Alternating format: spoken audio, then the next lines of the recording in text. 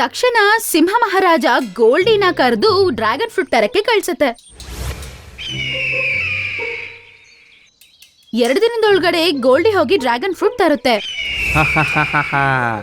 ಇದನ್ನ ನಾನೀಗ ತಿಂತೀನಿ, ಮತ್ತೆ ಜಗತ್ತಿನ ಅತ್ಯಂತ ಶಕ್ತಿಶಾಲಿ ಪ್ರಾಣಿ ಆಗೋಗ್ತೀನಿ. ಸಿಂಹ ಮಹಾರಾಜ ಡ್ರ್ಯಾಗನ್ ಫ್ರೂಟ್ ನ ತಿನ್ನೋಣ ಅಂತ ಹೋಗ್ತಾನೆ. ಆಗ ತಕ್ಷಣ ನರಿ ಅದನ್ನ ಎತ್ಕೊಂಡು ಓಡೋಗ್ಬಿಡುತ್ತೆ. ನಿಲ್ಲು. ಸಿಂಹ ಮಹಾರಾಜ ಹಿಂದೆ ಓಡ್ತಾನೆ, ಆದ್ರೆ ಅದು ಗಿಡಗಳ ಒಳಗಡೆ ಓಡೋಗ್ಬಿಡುತ್ತೆ.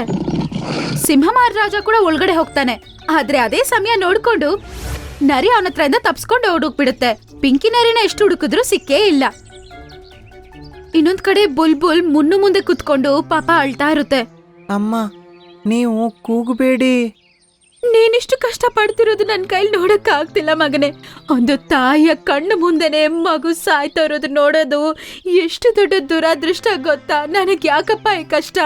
ಅಷ್ಟರಲ್ಲೇ ನರಿ ಅಲ್ಲಿಗೆ ಓಡೋನು ಬರುತ್ತೆ, ಮತ್ತೆ ಡ್ರ್ಯಾಗನ್ ಫ್ರೂಟ್ ನ ಅವ್ರ ಮುಂದೆ ಇಡುತ್ತೆ. ಬೇಗ ಇದನ್ನ ತಿನ್ನು ಮುನ್ನು, ನಿನ್ನ ಜೀವನವನ್ನು ಕಾಪಾಡ್ಕೋ.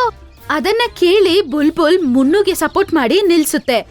ಮತ್ತೆ ಅಷ್ಟೊತ್ತಿಗೆ ಅಲ್ಲಿಗೆ ಸಿಂಹ ಮಹಾರಾಜ ಬರ್ತಾನೆ. ಇಲ್ಲ, ನನ್ನ ಡ್ರ್ಯಾಗನ್ ಫ್ರೂಟ್ನ ಮುಟ್ಲು ಬೇಡ ನೀನು.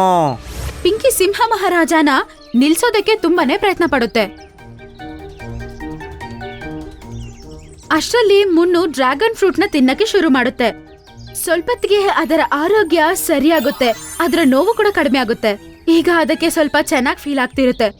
ಅದನ್ನ ನೋಡಿ ಸಿಂಹ ಮಹಾರಾಜನಿಗೆ ಕೋಪ ಬರುತ್ತೆ. ನೀನು ನನ್ಗೆ ದೊಡ್ಡದಾಗಿ ಮೋಸ ಮಾಡಿದೀಯಾ, ಇದಕ್ಕೆ ನಿಂಗೆ ಶಿಕ್ಷೆ ಸಿಕ್ಕೇ ಸಿಗುತ್ತೆ. ಅದು ಎಲ್ಲ ಜಂತುಗಳನ್ನ ಸಭೆಗೆ ಕರೆಯುತ್ತೆ. ಪಿಂಕಿ ನರಿ ಭಯ ಪಡ್ತಾ ನಿಂತ್ಕೊಂಡಿರುತ್ತೆ, ಮತ್ತೆ ಬೇರೆ ಜಂತುಗಳು ಅಲ್ಲಿಗೆ ಹಾಜರಾಗಿರುತ್ತವೆ.